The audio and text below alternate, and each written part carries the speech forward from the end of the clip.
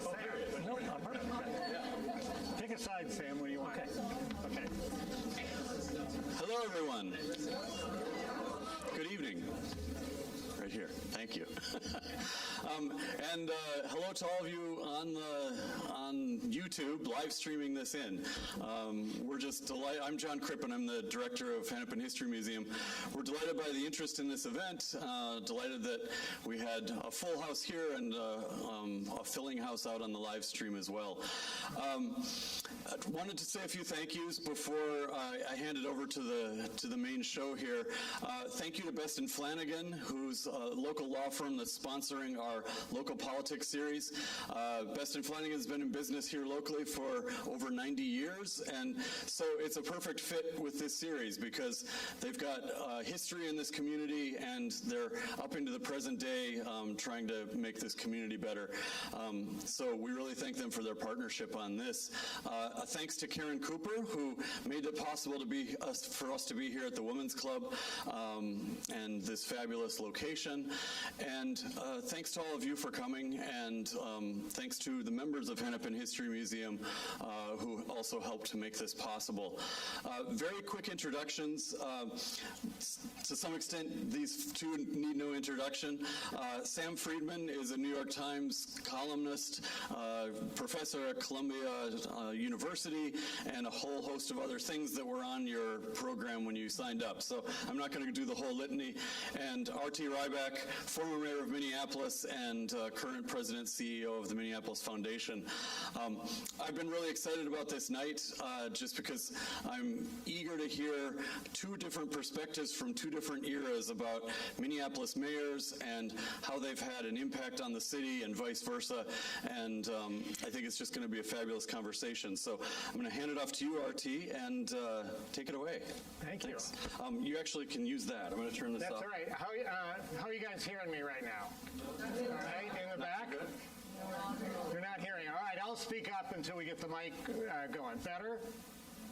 No. Okay. Why don't we take those off and we'll go with this. put these up. And if you want to hold it, you can. Otherwise, we can put this next to you. Yeah, I can just hold it. That's great. Okay. How you doing, guys? Okay, excellent, excellent. Well, I used to be an objective journalist. I'm not today because I am a huge fanboy of Sam, who wrote one of my favorite books. Let's just hold it up here. I hope some of you, show of hands on who's read. Excellent. And who's going to read? Let's see all the hands. There we go. There we go. Is it too late to make a campaign contribution? No, yeah, sorry. I'm going nowhere. So, yeah. But it is a real delight to be here. And before we dive in, you just heard John Crippen from Hennepin History Museum, who does just great, great work. I knew him back at the Historical Society when we worked together, and great institution. So thank you. And thank you to the Women's Club. And join the Women's Club, by the way. One of the things is, having lived a pretty long-ish life in Minneapolis and been a reporter and a mayor and a foundation head and all that, I kind of thought I knew pretty much a lot of stuff about the town. I learned so much about the community in this book. And so I want us to spend definitely time talking about Humphrey, but I also want to, as we get into this, before we even start talking about Humphrey, really, really interesting perspective in this book about Humphrey's family and how he became who he is, and also about Minneapolis and race and anti-Semitism, which are two huge things. So I want to kick it off with that. I should also say I'm a little nervous because my accountant and my brother-in-law are in the same audience, and I don't know how that acts together. But so let me ask a couple of questions here for a second. Huber Humphrey from South Dakota. Laurie Sturdivant, the great writer of so many histories, is also from South Dakota. We were talking earlier about what South Dakota was in the time that Humphrey was growing up. And I wonder if you could set a little bit of context, because I think the book does a great part of that. And I don't think you can understand Humphrey without understanding South Dakota, and I certainly feel that after reading the book. Absolutely. And before I start, I want to offer some thanks. First of all, it's such an honor, RT, if I may, to be on stage with you. I've heard from my wife, Chris, who lived in Minneapolis for many years during her first marriage, about what an incredible mayor you were. I knew about you in journalistic circles. I was saying you accomplished what even Nick Kristof from the New York Times couldn't do, which was to go from being a journalist to an elected public official. And also, again, so many thanks to John Crippen and the Hennepin History Museum, and really all sorts of local historians, archivists, librarians, whose work, scholars, was so essential to what I was able to do with the book, and to the Women's Club, which obviously is really exemplary of a spirit of volunteerism that Humphrey really, really tapped into, and we'll talk about that later. But now to South Dakota. First of all, Hubert Humphrey, because of childhood in South Dakota, became a New Dealer before there was even a New Deal.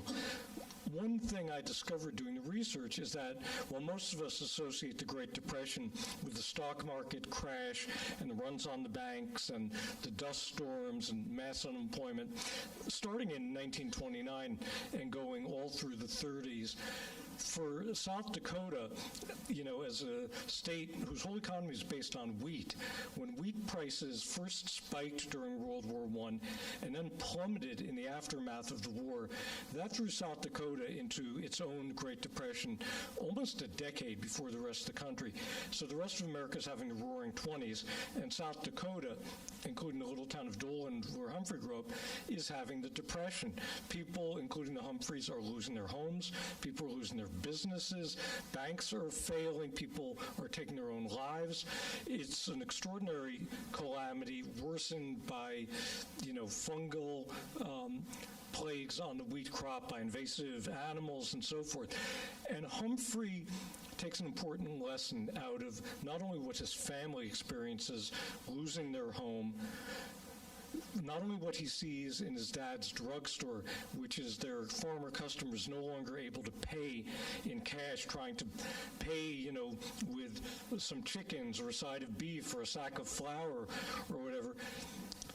The lesson Humphrey takes is that failure isn't individual, because in the South Dakota of that time, which was both politically and in its Protestant faith theologically conservative, failure was perceived to be the result of bad personal values.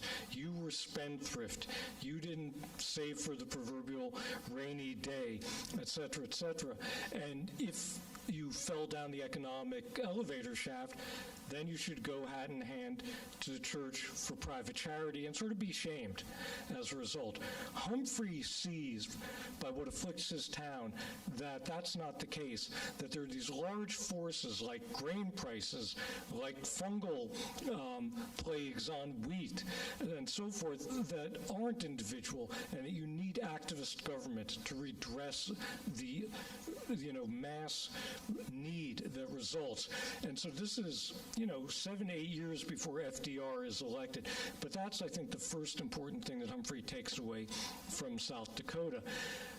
The other thing is really the result of being his father's son. I want you to get into his father because I found him a fascinating character in this.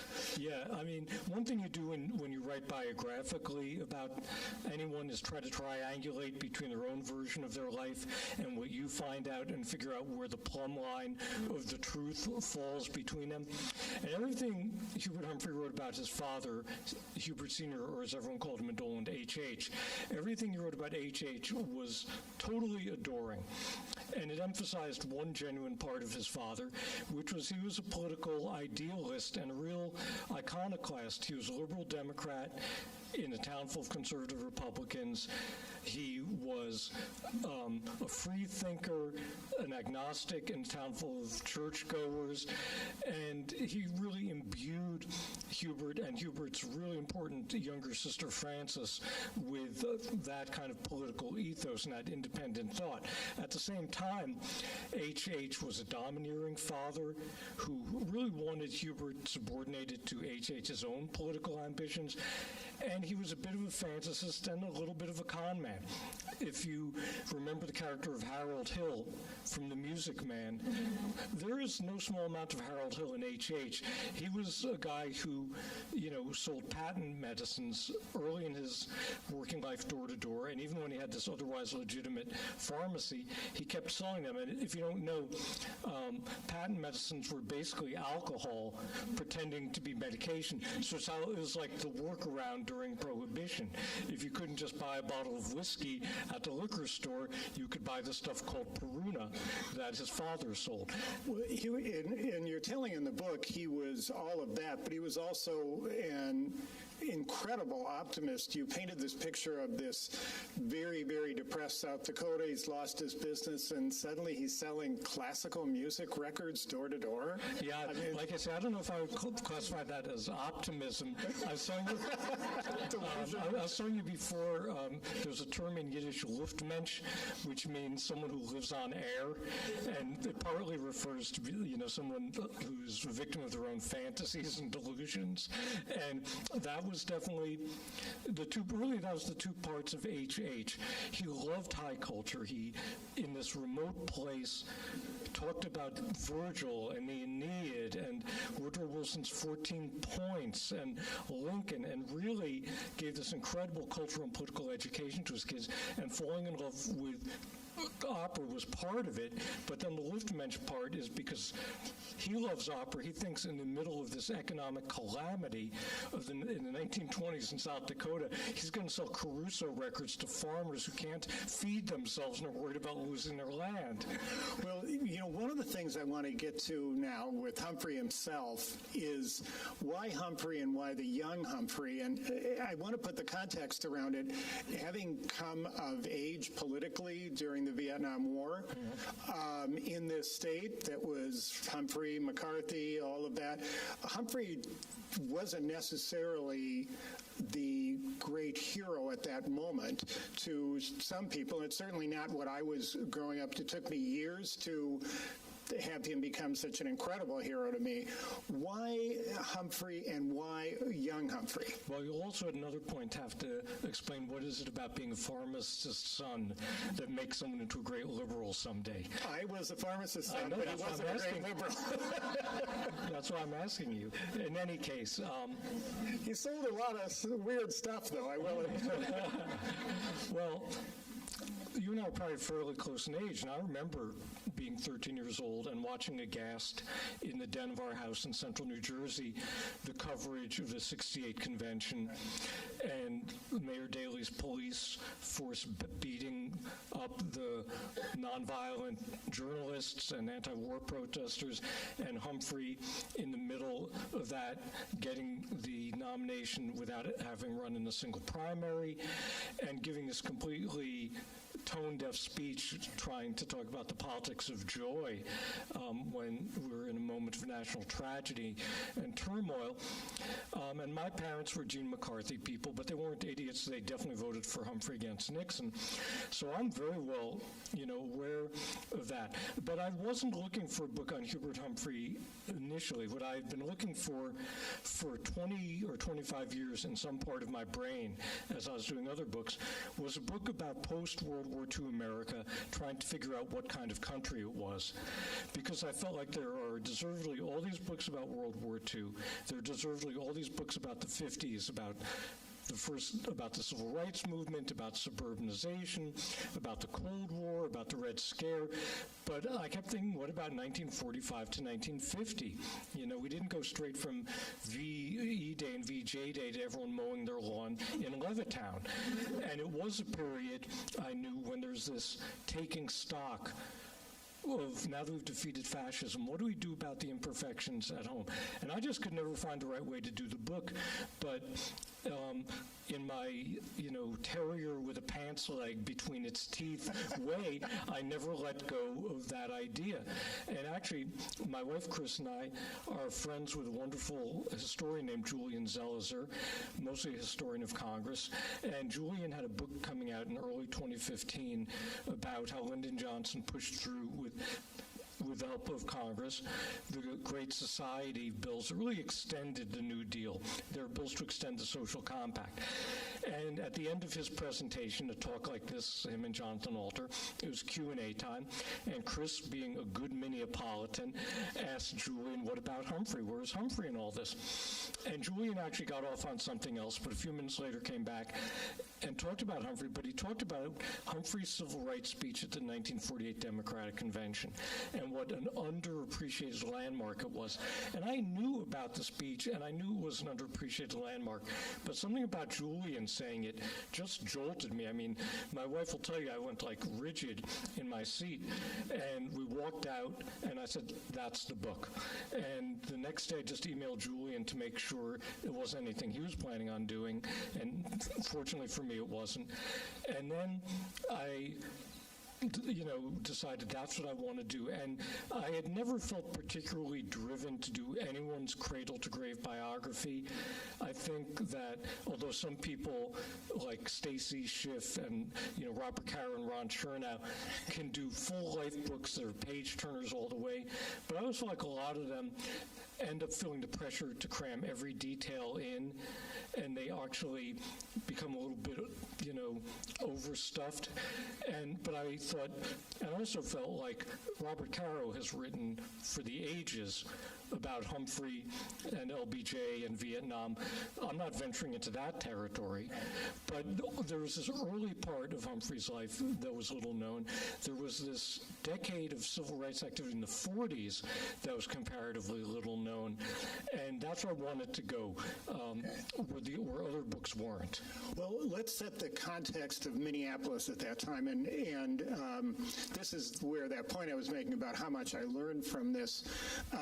It is no secret that this community has deep racial issues. It is no secret that this was once seen as the most anti-Semitic community in town. But the roots of that you did in such an extraordinary way, I think. Could you talk a bit about how you set up this community that Humphrey would move into in both of those issues? Well, I think, first of all, thank you so much for the compliment. Even though I've spent a lot of time in and around Minneapolis and now live about half the year here. Which half? Which half do you think? Come back in February because it's getting even more fun. Yeah, we'll get to that later. I'm bummed out, though. A friend of mine who grew up here was all set to come back for pond hockey, and yes, and instead they were like swimming laps. Don't get me started. So I'm sorry. In any case, I think I felt actually an extra degree of self-imposed pressure, just like with South Dakota. If you grew up in New Jersey, in Springsteen country, as I did, near the chemical plants and the strip malls, and you're going to write about agriculture in South Dakota in the 20s, you're going to make sure that you learn everything, because it's too easy to look naive. And I also felt like to write convincingly about Minneapolis. I mean, look, you've had, in the Twin Cities, everyone from, Jim Klobuchar to Trish Hampel writing brilliantly about this place. And I'm an outsider, not any longer, but I was then, and I felt that I really had to redouble my efforts. But I also was aware that for a lot of the country, the image of Minneapolis, and remember I started this book in 2015, 5 years before George Floyd's murder, which changed the view. But the view was, this is the great blue city, the great liberal capital, and obviously there's a lot of truth to that. But I also felt if I'm going to say that it wasn't always so, and that in fact it was a city, as you pointed out, with a toxic reputation for intolerance in much of the first half of the 20th century, I have to make sure that I've really researched that as deeply as I possibly can. And I have to acknowledge here the huge influence on my work of the scholarship of two other people, Kirsten Delegard from the University of Minnesota with Historiopolis and the Mapping Prejudice Project, and Ravel Prell, an emerita professor from the U, with her amazing project, Campus Divided, which was specifically about the University of Minnesota's practices of anti-Semitism and racism. But Ravel and Kirsten were like my North Stars in helping me to orient what I was researching. But I think you just really have to drill deeply down. I mean, going to different primary sources was really important.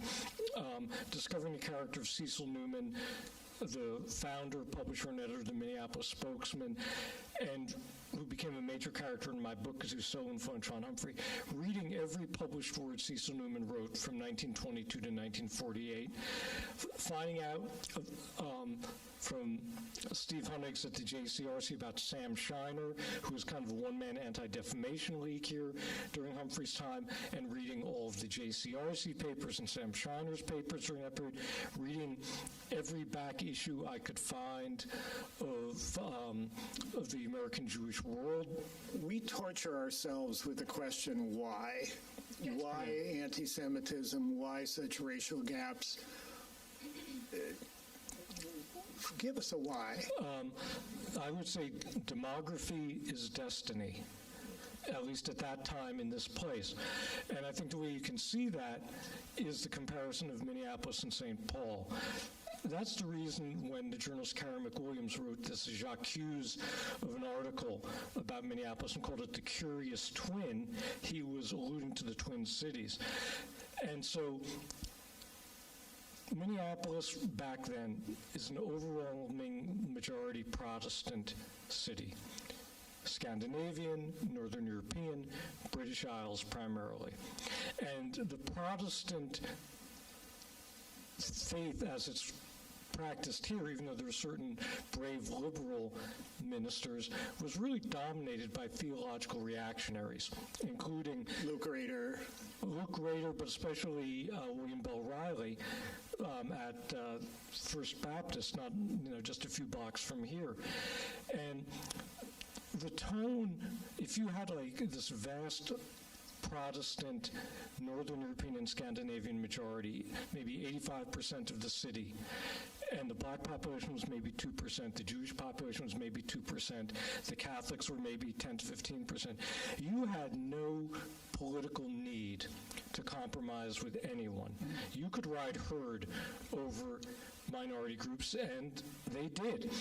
And I think also, interestingly, what went with that is that there was, and this is one of my really surprising discoveries, is that even in the Farmer Labor Party and the union movement, there was a wide berth given to racial exclusion and anti-Semitism. I have to thank Sylvia and Sam Kaplan for calling my attention to something that Jamie Raskin had said I wish I'd known about when I was working on my book. Jamie Raskin had, I think, a great uncle who's the only Jewish legislator in the state house in the 30s, and when the FL, the Farmer Labor, which had not yet merged with the Democratic Party, was going to have its summer convention, of course they're going to do it at a resort by a lake, and of course it had an anti-Jewish covenant, and Raskin's great uncle pleaded with the party not to have the convention there, and they went ahead and had it at a place he couldn't stay. So there was also a lot of complicity from people who thought of themselves as otherwise liberals. And I think all that added up, and there was a lot of self-satisfaction among the establishment, the main newspapers, the big business people, and so on. What makes St. Paul so interestingly different, and was no paradise, but St. Paul was a plurality, if not slight majority, Catholic city. And the Catholics in St. Paul, who had an old-fashioned big city democratic machine built on patronage and, loyal voting and getting your turkey at the holiday and so on, they looked around and said, for us to have a political majority in a region in which we were a minority, we have to have political allies. And who are our natural allies? Other minorities, blacks and Jews. And so that's why Jews and blacks had a much less oppressive experience in St. Paul than Minneapolis, even though you know this, but when I talk about this book in other parts of the country, I say in some places the river is all that separates Minneapolis and St. Paul. In other places it's a street. One side of the street is Minneapolis, one side is St. Paul. So how else can you explain the difference? And I think it was all in the demography. Yeah, it's fascinating, too, because as a beginning police reporter, I kept asking myself, what is it about the Minneapolis police that's not there in St. Paul. I have wondered the same thing right up to the present. Yeah. Okay, so let's, into this context, we've spent a lot of time getting context, but I think that's what's one of the many things that's so wonderful about this book. So Humphrey comes into this, so we get this son of a music man with a mission to do big things, comes to the big city that, probably also some of those folks in North and South Dakota were really blaming this community and its businesses for setting the prices and all of that. Comes into town, and what was that combination of that context and that person that helped make this possible? Well, I think you have an important year right before Humphrey gets here that really explains so much of who he would become at his best. Humphrey dropped out of the U because of his family's economic distress partway through his academic career, didn't get his bachelor's degree till he was 28 years old in 1938, and then went with Muriel and their new baby, daughter Nancy, to grad school at LSU, at Louisiana State in Baton Rouge, because he got a good paying graduate assistantship. And there he's immersed in a Jim Crow society for the first time. There he strangely makes Jewish friends for the first time, and there he falls under the influence of an exiled, part Jewish, anti-Nazi professor.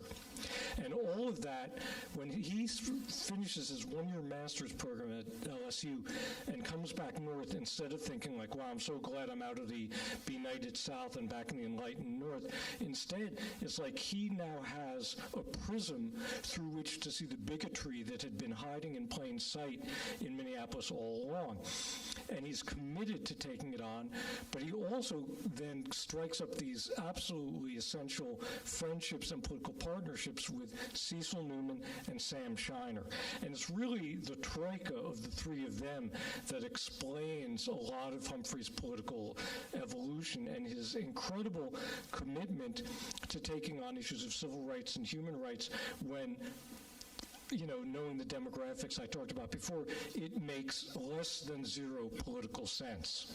Mm-hmm. Well, Cecil Newman, by the way, you've referred to a couple times, was the best supporting actor in this book, I feel. It was just so great that you elevated his incredible work on all of this. It was fun also to see the people who would become part of Humphrey's work, Friedman and Naftalin and all that. I think there was one line in the book when Naftalin was asked to meet Humphrey. He'd seen him in class, and he said, what was his line? That windbag? Yeah. Which is kind of funny because we usually think that, they all revered each other. They were, But for those who haven't read the book, how did Humphrey get to be mayor? Well, Humphrey had built up a public life with a lot of public speaking, doing basically war home front mobilization for the WPA and then for the War Department in the early 1940s. And in doing that, he was traveling throughout the state. He was also starting to speak to Jewish audiences and black audiences, among others, and Catholic audiences, because the way he was already really formed, his moral sensibility. And he's recruited by some people from organized labor to run for mayor in 1943 against the incumbent, rather conservative Marvin Klein.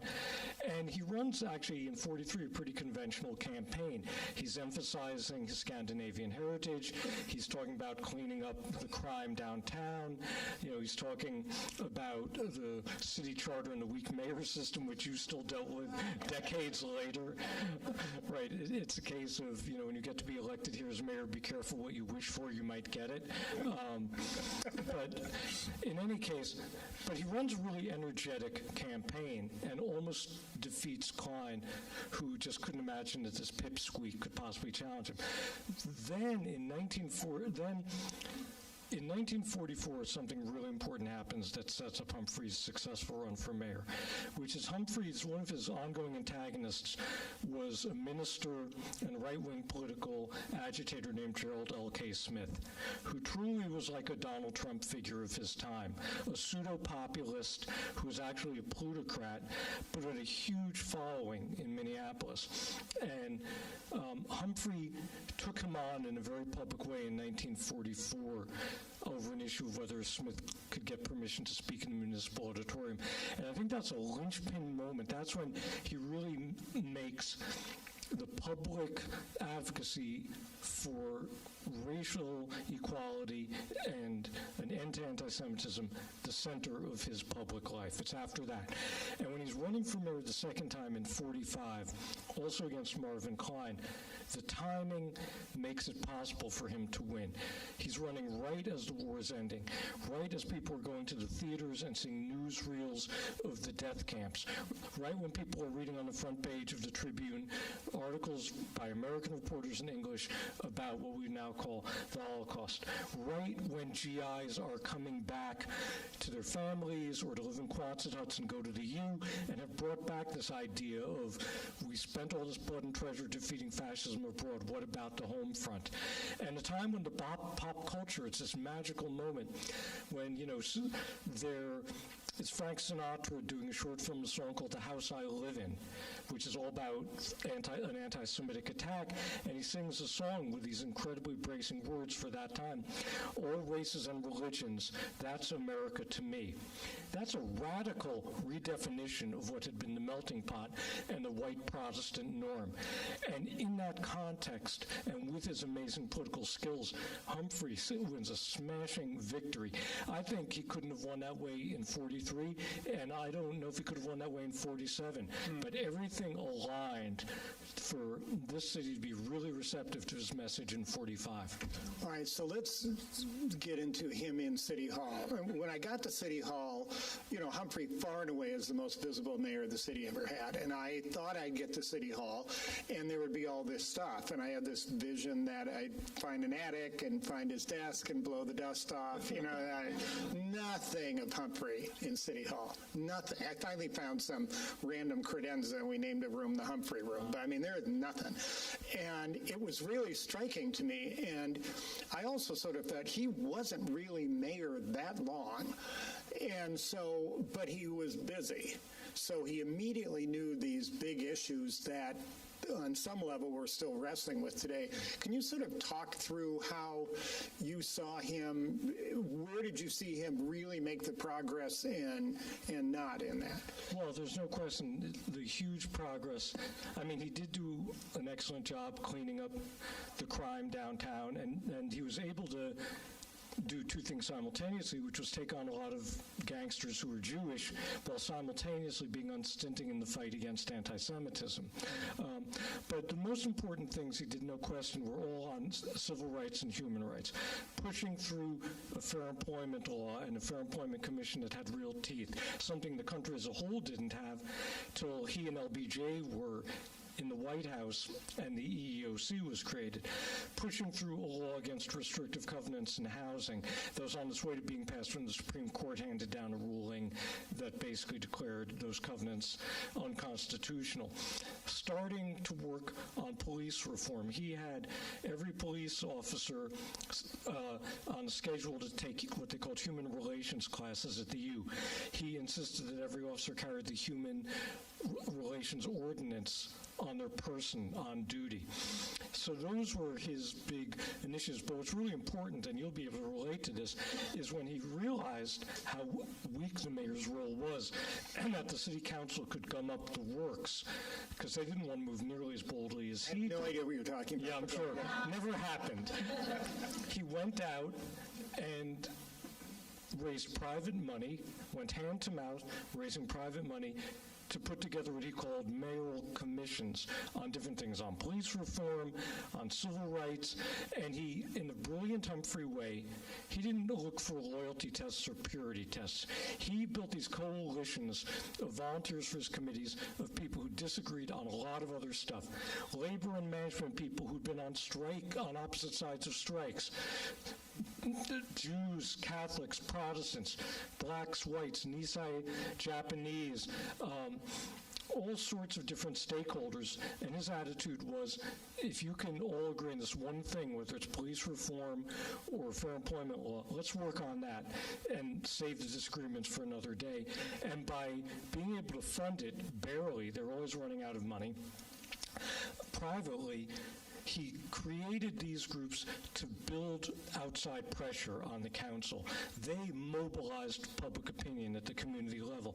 The other thing Humphrey did that is just so audacious is he brought in a sociologist from the HBCU, the Black College Fisk in Nashville, a brilliant man named Charles Johnson, to head up a survey with volunteers from the community to basically go around and build what we would now call a database to demonstrate incontrovertibly the depth and range of bigotry in Minneapolis. And once those results came through, that also gave Humphrey a tool to try to shift public opinion, to try to get newspaper editorialists who in the past had said, oh no, this is way too exaggerated, we don't have a problem with bigotry here. Suddenly, they're saying, yes, we do.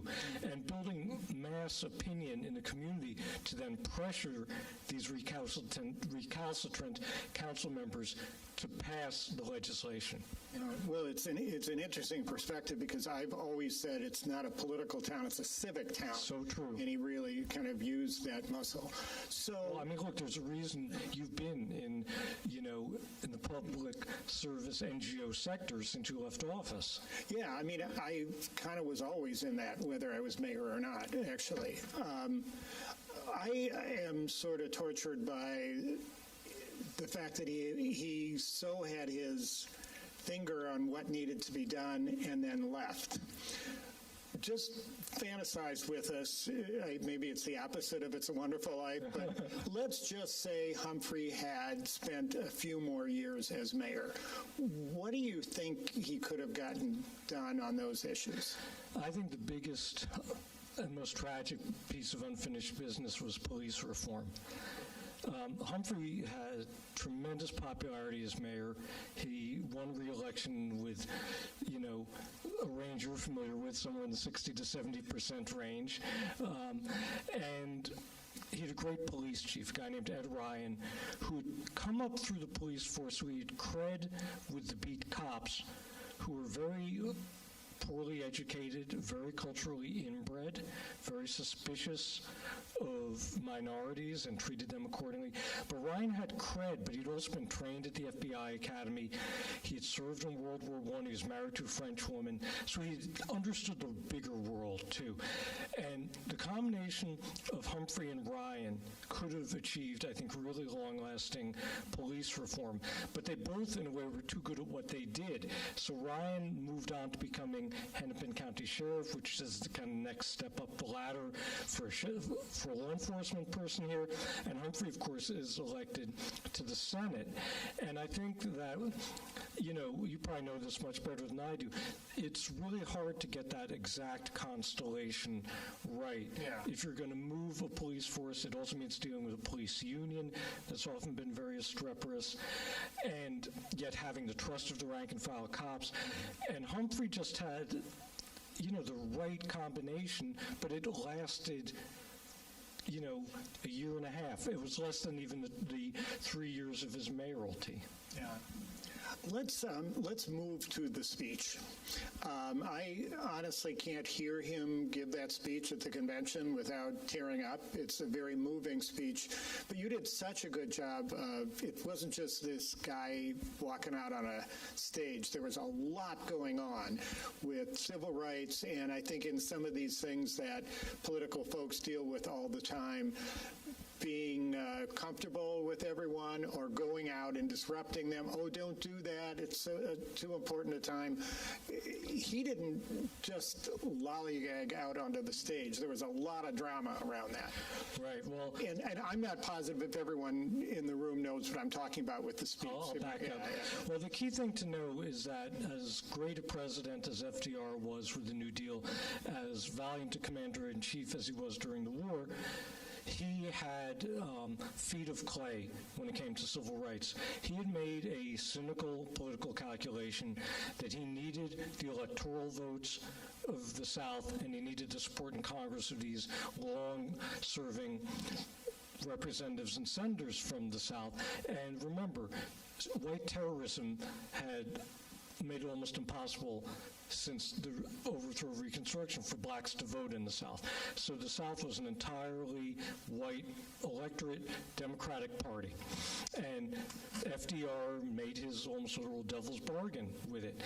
And particularly in the wake of defeating fascism, in the wake of the effort by black GIs that they called Double V, victory over fascism abroad and then victory over Jim Crow at home, it was clear to people like Humphrey that it was morally impossible to have a great liberal party and tolerate segregation. And also, Humphrey could see in the wider world, in the Cold War, when you have these decolonizing nations, black and brown nations around the world, that are being asked to choose between Soviet communism and Western democracy. And Soviet communism is officially colorblind, and Western democracy tolerates Jim Crow. That's untenable, too. And so the 1948 Democratic Party convention was where all of this was going to boil over. FDR has died 3 years earlier. Harry Truman had become president. Now he's going to be nominated to run for a full term himself. So the drama of that convention wasn't who's going to be the nominee. It's will the Democratic Party at long last explicitly embrace civil rights. And Humphrey was part of an insurgent group of liberals, a lot of them in the Americans for Democratic Action. One of his key allies, and this is another name some of you will know here from down in Red Wing, Eugenie Anderson, or Friedman was part of that. And they were pushing from the liberal standpoint. And then you had also a bunch of big city political bosses who weren't particularly liberal, people like Jacob Arvey in Chicago and Dave Lawrence in Pittsburgh and Ed Flynn in the Bronx, but they could count heads and count votes, and they knew as a result of the Great Migration, black people and black voters were streaming into the North, and the Democratic Party had to give them something to vote for. So they were also allied with Humphrey, and then really importantly, because this is one of the other lessons of Humphrey's success. You need the inside game, but you also need the outside game. Humphrey's Mr. Inside at the convention, literally inside the convention hall. Outside is A. Philip Randolph, the great labor leader of the Brotherhood of Sleeping Car Porters, who's been leading a national campaign of draft resistance by black young men until Harry Truman will desegregate the military. And Randolph is literally with his people outside the convention hall every day. And a combination of mass movement pressure outside and Humphrey's passion and political skill inside is what pulled off this amazing feat. But you're right that we forget, well, maybe you don't, you were an early supporter of Barack Obama, so you saw something probably at his 2004 convention speech about being a great orator really does matter. And Humphrey was a great orator as long as he heeded the advice of Muriel. Muriel said to him, a few months before the Democratic Convention, Humphrey's giving a big speech at an AFL convention, and he thinks he killed, as comics would say. You know, comics talk about their great 5 minutes. Humphrey thinks he had a great 45 minutes. And he comes off and he's just like preening and glowing. And one of his close political allies, Andy B. Miller, a former congressman from Wisconsin, is trying to say, maybe, you might have stopped after the first standing ovation. Humphrey's not having it. Muriel says, Hubert, dear, a speech need not be eternal to be immortal. And the convention rules forced Hubert to take Muriel's advice. He could only speak for 10 minutes. And that meant that he had to telescope down his real brilliance, his real rhetorical and writerly brilliance to a sharp edge in 10 minutes. And that speech had the two enduring turns of phrase, one in which he says that words to the effect of, for those who say we're moving too fast on civil rights, I say we're 176 years too late, 172 years too late, which brings back to 1776. And then he says, and for those who say this is an infringement on states' rights, which was the euphemism for Jim Crow, I say it's time for the Democratic Democratic Party to walk out of the shadow of states' rights and into the bright sunshine of human rights.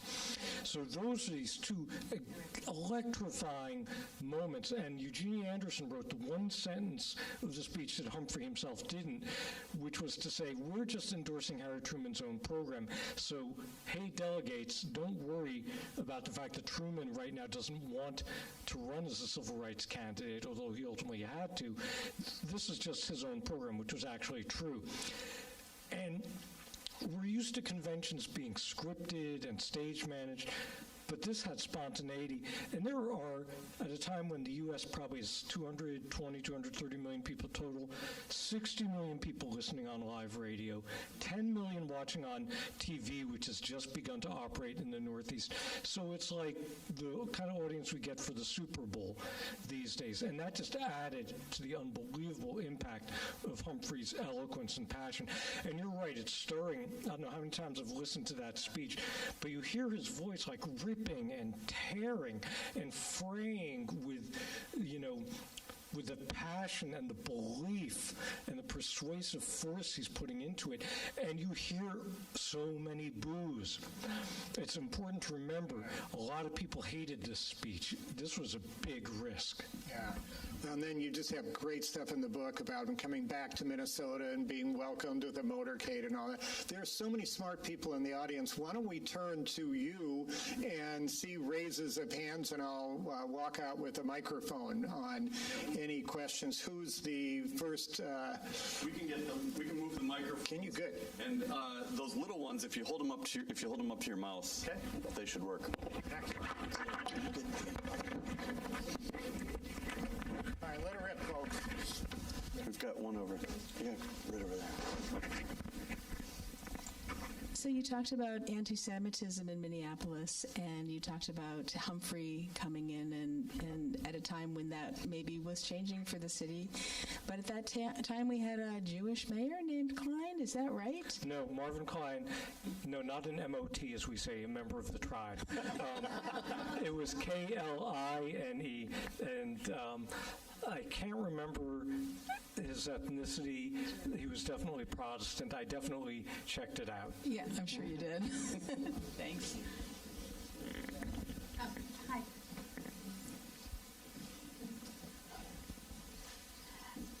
I was really struck throughout the book the necessity for making a living. He was a caretaker in his apartment while he was also a teacher, a professor's role. He didn't finish his PhD, but he's constantly being invited to speak not only locally, but nationally. And Muriel's at home raising 4 kids. So I'm wondering if you could talk a little bit about, or expand a little bit more about this need to make a living and the grounding of a home. Those are great questions. In one respect, Hubert and Muriel had a way ahead of its time companionate marriage. He really trusted her advice, not just on the speech not needing to be eternal, but, most nights when he'd return home, late 10, 11 at night from speeches or later from City Hall when he was mayor, he would still want to sit up with Muriel and talk it all through. And in fact, she gives him this incredible piece of support and ballast right before he gives the civil rights speech, when she writes him a letter that he gets the morning he gives that speech, recounting for him how the family had been planning after the convention to go for vacation to a resort, and they found out the resort wouldn't accept Jews, and she'd gone up and confronted the owners and writes to Hubert and says, we cannot stay there. This is not our beliefs. This is not our politics. So she all along was a great political thinker and resource for him, and I think he took her totally seriously. She was not, even though she was sometimes portrayed as it, just sort of the adoring political wife. At the same time, they lived within the gendered norms of that retrograde time. And it's also true that once Hubert, once his public life is off and running here, she is the one who's doing the domestic labor. She is the one who's raising the kids and making the meals and getting everyone off to school. There's no question about that. And it's also true, the last thing you said, and this is such a change from, national politicians today, so many of whom are independently wealthy and, self-fund their campaigns. The two of them were really...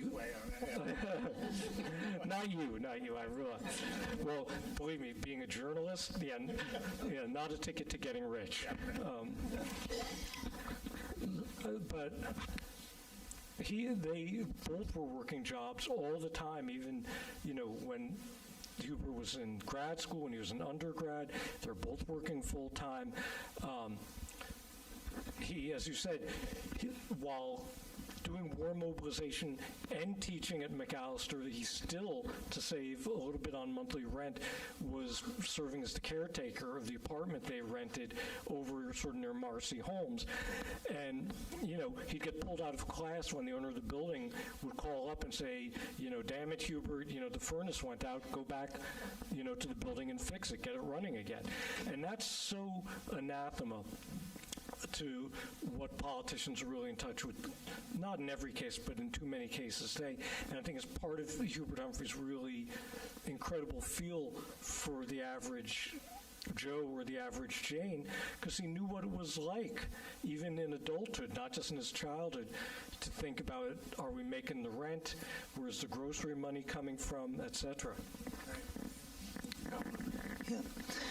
Sam, thanks for a terrific book. And Ladies and gentlemen, Laurie Sturdivant, one of our great history writers. Thanks. You're very nice, R.T. Thank you for that, and thank you for your good program tonight. I appreciated, Sam, your comments about the Protestant influence in Minneapolis and how, by our lights today, it was less than a positive thing in many respects. But I'd like to hear you comment on the Methodist social gospel influence from South Dakota of Hubert Humphrey.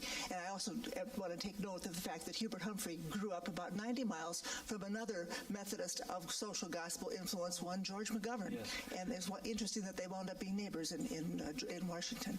Yes, and Hubert's amazing sister, Frances Humphrey, who became a real fixture in Washington, D.C., and had a lot of different roles in politics and the world of nonprofits. She was a major person in McGovern's first campaign for Congress, so they're very close ties. I'm so glad you asked that, Laurie, because one of the really underappreciated parts of Humphrey, even from writers, historians, voters who admired him, was not to recognize the role of religion in his life. And his exposure to the social gospel was so important because the social gospel was the counter-movement within the Protestant realm to a more theologically reactionary style of Protestantism practiced by people like Luke Rader and William Bell O'Reilly and William Jennings Bryan, despite his progressiveness on economic issues. That was a Protestantism of personal purity, obsession with issues of personal morality, nativism, anti-Semitism, either racism or condescension towards black Americans. The social gospel was an emerging view in early 20th century Protestantism that, by the way, took the Bible as literally as other Protestant fundamentalists did. They thought it was the dictated word of God, too. But their interpretation was the role of a Protestant is to bring about the kingdom of God, their term, on earth by doing things like working with organized labor, building bridges across denominational lines, making alliances across racial lines. And Humphrey began to be imbued with this as a teenager when his best friend was the son of the new Methodist minister in town. And it was a through line of his religious life throughout his public life. Here in Minneapolis, he affiliated with the Congregationalist Church near the U. It's one that's just like a block on the other side of 35W.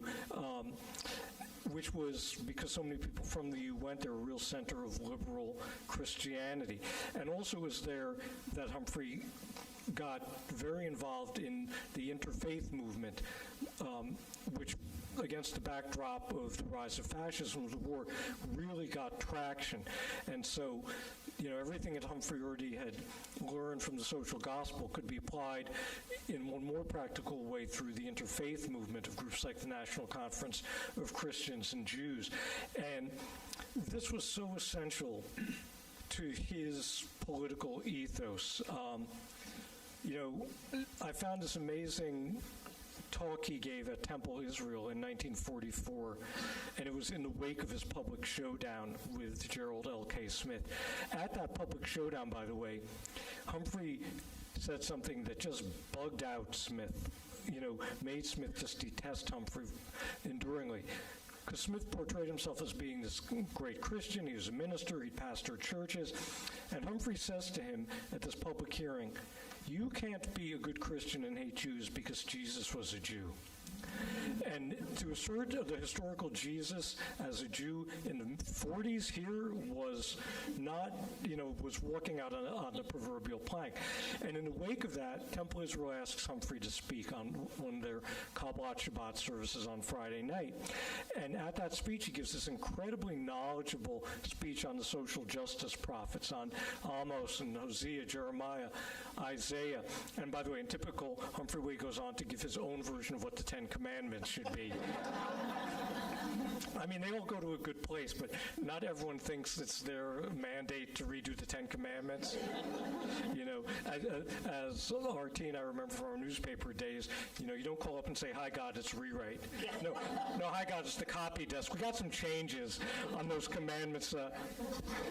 Anyway, so I think that also attests to the role of religion in his whole being and certainly in his political direction. Let's take two more, and then we'll have some time for book signings and others.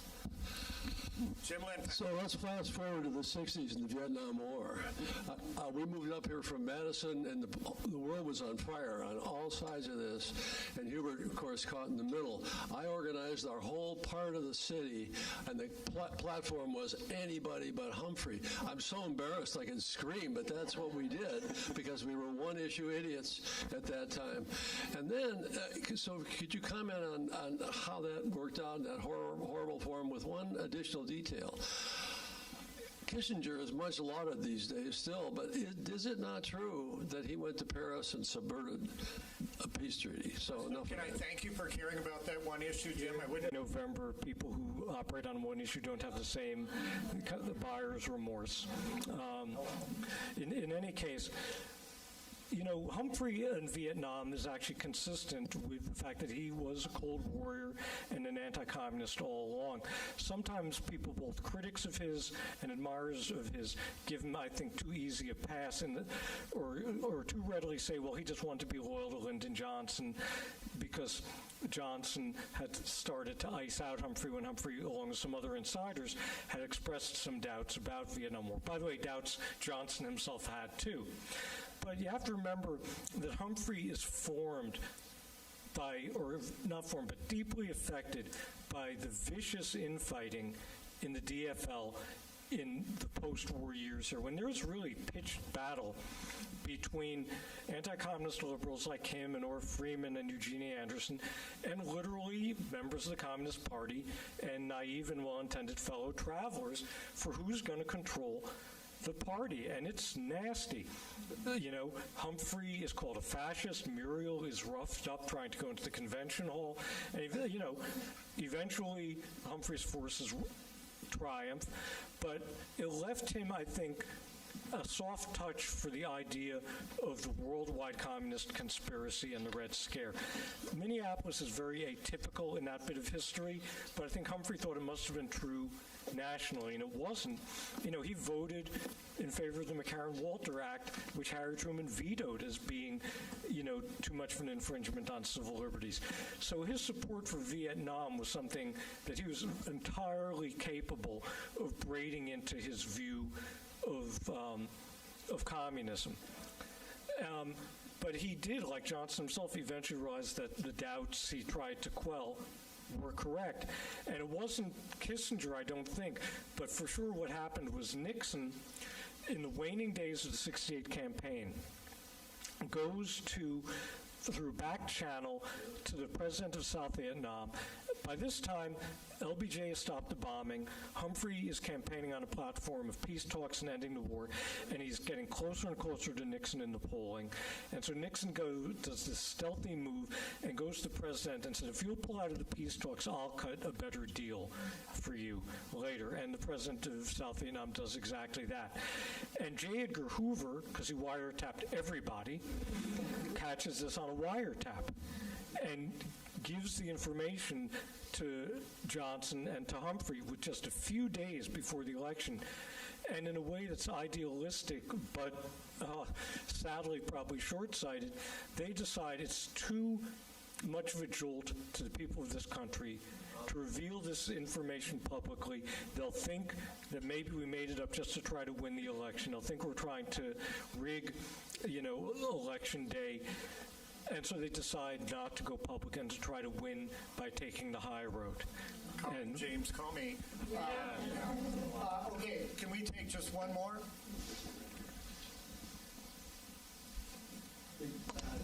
Let's get you a mic real quick here. We can fit two in. Oh, good. There's somebody back there, and then we're... Excellent. Could you speak a bit about the relationship that Humphrey had with LBJ? That's not an area that I really went into in depth precisely because Robert Caro did. But it was a short book. Yeah, right. I read the Cliff Notes. No, it was an incredibly complicated relationship. LBJ at points really relied on Humphrey. He tapped Humphrey to be, first of all, he really depended on Humphrey to get the Civil Rights Act of '64 through the Senate when they had to break the filibuster. And Humphrey not only, in a brilliant way, corralled as many Democratic votes as he could, but Johnson at one point says, we need some Republican votes, and Everett Dirksen, the minority leader, Dirksen was this real peacock of a guy, and probably even more logorrheic than Humphrey was. And Johnson says to Humphrey, look, your job is to basically suck up to Everett Dirksen, let him feel like he's, the hero of this movement. And Humphrey sublimated all the hard work he was actually doing to let Dirksen take credit so that Dirksen would bring enough Republican votes to break the filibuster. And so Johnson then, even in the wake of the Civil Rights Act of '64, in a somewhat paranoid way, feels like the Kennedy liberal wing of the party thinks I'm a redneck. They don't believe I'm committed to civil rights, even after the Civil Rights Act of '64, which JFK would never have fought for or gotten through. But I have to prove to them I'm serious about it, so I'm going to choose for my vice president the leading person in the Senate on civil rights. And so he depended on Humphrey. But then in that Johnsonian way, he also did demand absolute loyalty. And when Humphrey and a few other people in the administration write an internal memo saying Vietnam is not winnable, even though we know Johnson at this exact same time is confiding to his mentor, Richard Russell, how the war can't be won. He doesn't know how to extricate himself. Even though Johnson has the same doubts because he wants total loyalty, he ices out Humphrey, and Humphrey has to really embrace the war to get back on the inside. But they were important partners on the Voting Rights Act, on the Fair Housing Act, on the Great Society legislation. So even though I have no reason to think it was any kind of a warm relationship, and I don't think in Johnson's world any relationship could be truly equitable. It had some times real productivity. Great. The gentleman that talked about being embarrassed, as I've been sitting here, I've been thinking about my actions and my thoughts and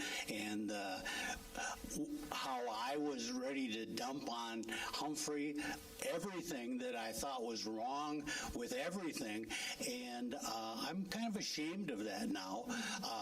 It was a time when we had I was 19 years old and my draft was coming up, and I'm sitting next to my deferment here.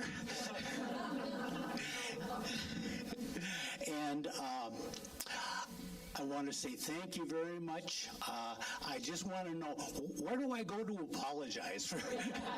I feel like I single-handedly put Nixon in the White House. Look, I think we also have to remember, as as problematic to say the least as Nixon was, we didn't know Watergate was coming. Maybe we should have. Nixon, by today's standard, on domestic issues would be a center-left Democrat. There wasn't the apocalyptic sense that we rightly have heading into this election. And, and the climate of the country was so polarized. I think instead of apologizing, tell your story to young voters today. Tell your story to people who voted uncommitted.